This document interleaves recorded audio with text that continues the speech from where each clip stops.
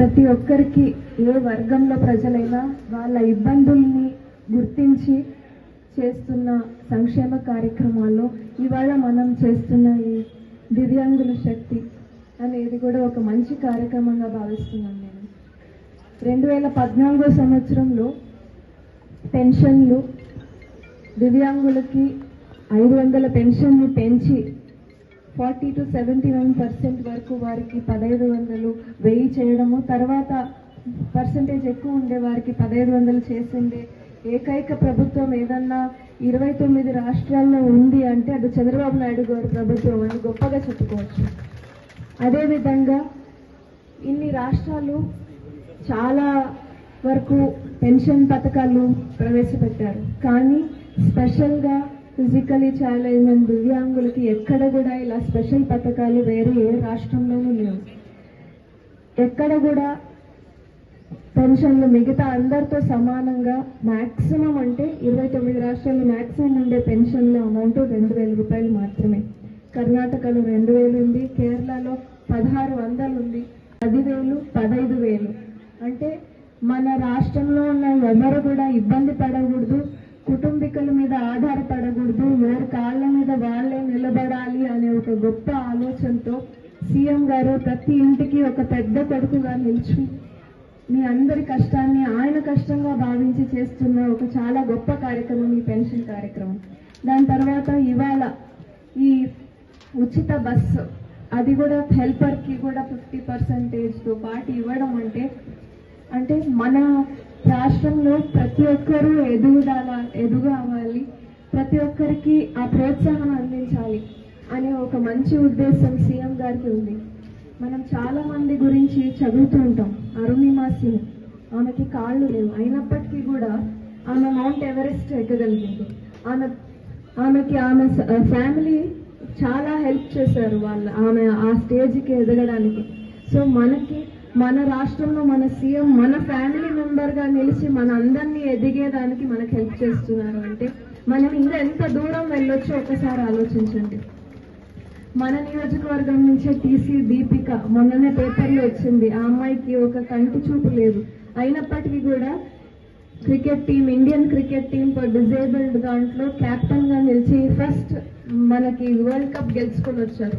అంటే ప్రోత్సాహాన్ని ఇస్తే ఎవరికి ఏది కూడా కష్టం కాదు, మనల్ని కూడా పేరు తెచ్చుకునేలాగా, పేపర్కే కాదు మన రాష్ట్రానికే కాదు మన దేశానికి పేరు తెచ్చేలాగా అందరము నిలబడొచ్చు అని ఆయన నమ్ముతున్నారు, మనల్కి కూడా ఆ స్ఫూర్తిని ఇస్తున్నారు. అదొకటి గుర్తు పెట్టుకుంటే చాలు, ఇంకా వేరే ఏం అవసరం లేదు. జై చంద్రబాబు నాయుడు గారు.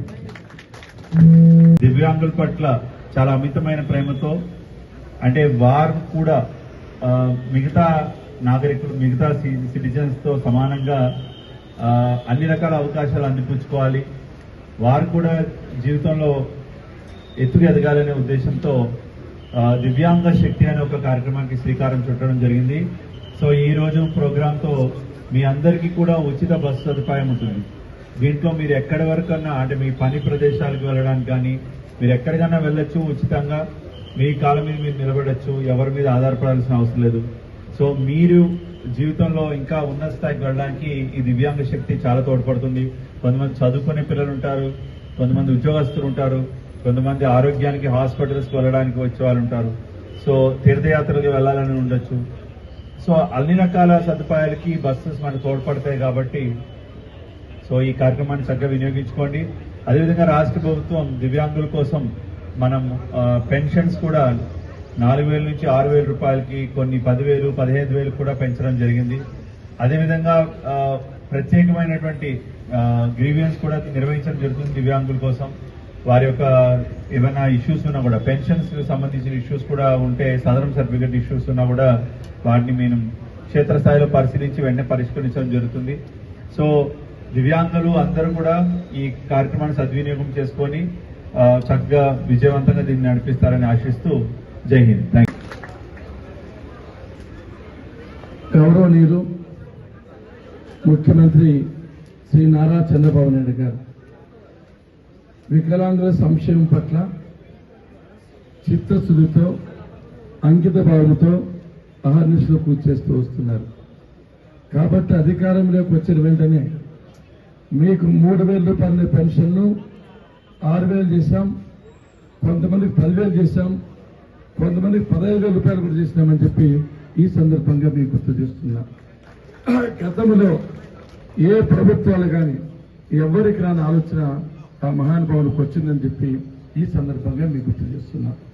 కాబట్టి మీలో ఉండే దివ్యాంగులందరూ కూడా ఒకరి మీద ఆధారపడకోకుండా స్వతంత్రంగా ధైర్యంగా మీరు బతికే పరిస్థితికి ఈ ప్రభుత్వం తీసుకొచ్చింది. కాబట్టి ఎటువంటి పరిస్థితుల్లో ప్రభుత్వాన్ని గుర్తు పెట్టుకోవాలి.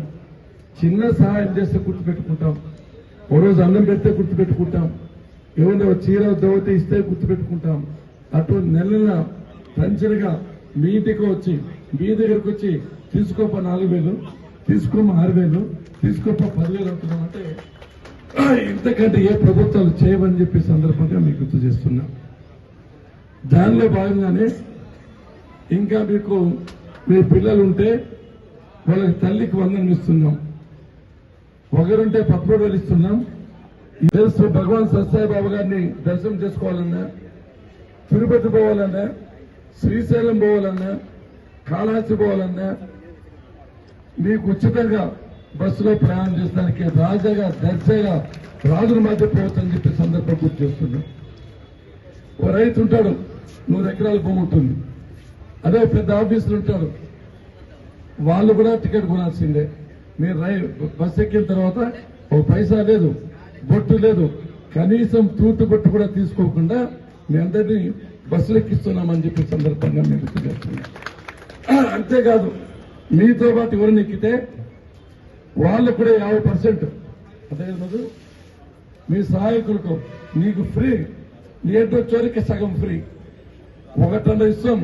అందరికీ ఒక బస్ టికెట్ ఇస్తే మేము 1 బస్ టికెట్ ఇస్తున్నామని చెప్పి సందర్భంగా మీరు గుర్తు చేస్తున్నాం. నాకైతే మీరు మా రుణము ప్రభుత్వ రుణం ఏ విధంగా తీర్చుకుంటారో నాకైతే అర్థం కాదు. తప్పకుండా గుర్తు పెట్టుకోవాలి. ఈ కార్యక్రమం రాష్ట్ర వ్యాప్తంగా ఉండే, ఈ జిల్లా వ్యాప్తంగా ఉండే 36,000 మంది వర్తిస్తుంది. అందరూ హ్యాపీనా? మేము సంతోషంగా ఉన్నామని చేతండి. గారి భోజనం కూడా ఏర్పాటు చేశారు. బస్సులో దిగిన తర్వాత బస్సు ఎక్కి మళ్ళా వచ్చే సారము హోటల్ వేయాల్సి 2 ఉంటాయి.